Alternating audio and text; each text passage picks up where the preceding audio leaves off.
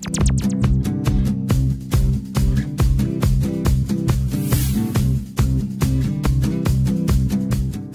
bien, aujourd'hui, vous avez pu le constater, nous avons pu constituer et reconstituer le groupe d'amitié Maroc-Parlement européen à l'initiative d'un eurodéputé français, M. Gilles Pargneaux.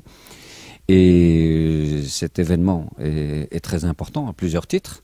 D'abord parce qu'il marque cette amitié régulière qui existe entre le Maroc et l'Europe en général, l'Union européenne et toutes ses institutions en particulier. Mais il intervient aussi dans un contexte très important, je dirais même historique, parce qu'il intervient dans le cadre d'un ensemble de réformes qui ont été lancées, et dont plusieurs ont commencé déjà depuis plusieurs années, et qui ont été confirmées par le discours historique de Sa Majesté le Roi le 9 mars. Toujours, depuis l'indépendance, le Maroc a souhaité avoir ce point d'équilibre, pas facile à trouver, entre l'exécutif et les partis politiques, faire en sorte que l'on puisse faire vivre une démocratie.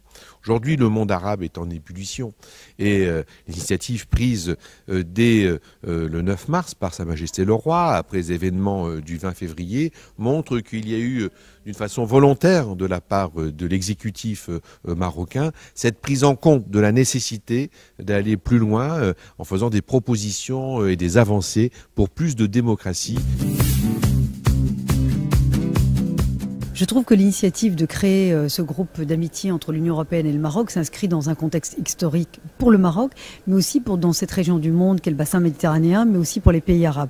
Suite justement dans un contexte où Sa Majesté le Roi a annoncé une réforme constitutionnelle que j'ai qualifiée de révolutionnaire, d'exemplaire, d'ambitieuse et avec une vraie vision pour le Maroc, puisqu'il inscrit, cette réforme inscrit le Maroc dans la modernité et répond aux aspirations du peuple. Je trouve crucial d'accompagner le Maroc qui occupe une position tellement unique, tellement particulière dans ce mouvement qui est difficile pour le moment d'atterrissage, on l'espère, démocratique de toutes ces révolutions arabes. Je ne suis pas en train de comparer l'un et l'autre et on sait à quel point chaque nation est fondamentalement différente et je l'ai dit à quel point le Maroc a un statut très particulier et justement, je trouve parce que le roi a réussi, Sa Majesté a réussi en plusieurs salves et maintenant grâce à par son discours du 17 juin à faire une sorte d'anticipation et à faire mieux qu'accompagner, à proposer ici une sorte de, comment dois-je l'appeler, de nouveau contrat social au peuple marocain. C'est véritablement ça, c'est une réforme constitutionnelle, mais qui va bien au-delà de la réforme constitutionnelle, assez fondamentale qu'il est en train de proposer.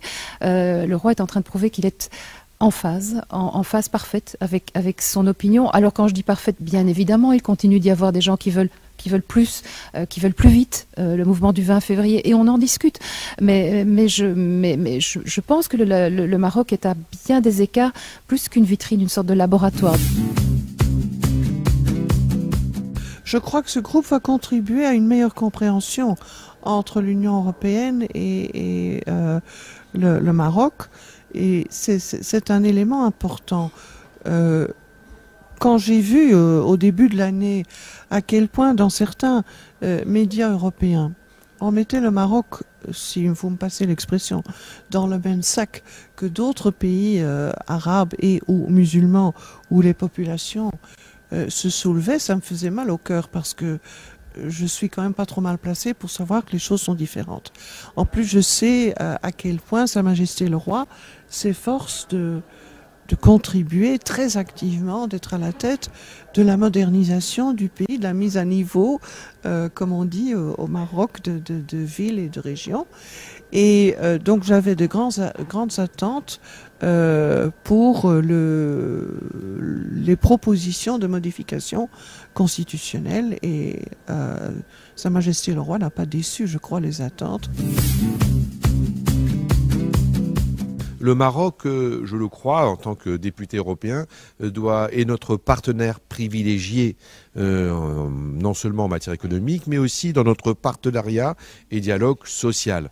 On voit ces dernières années un boom en matière de développement économique, notamment des villes partout au Maroc. Et en même temps, nous devons accompagner les difficultés sociales de certains Marocains et Marocaines.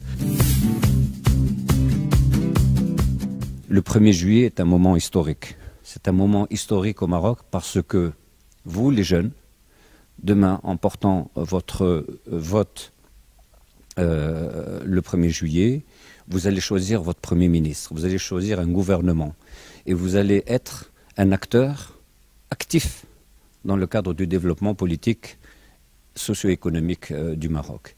Et c'est pour ça que je pense qu'il est très très important que tous ensemble, nous puissions participer à ce vote. C'est le vœu de Sa Majesté le Roi, c'est le vœu de l'ensemble de la classe politique, c'est le vœu de l'ensemble de la société civile.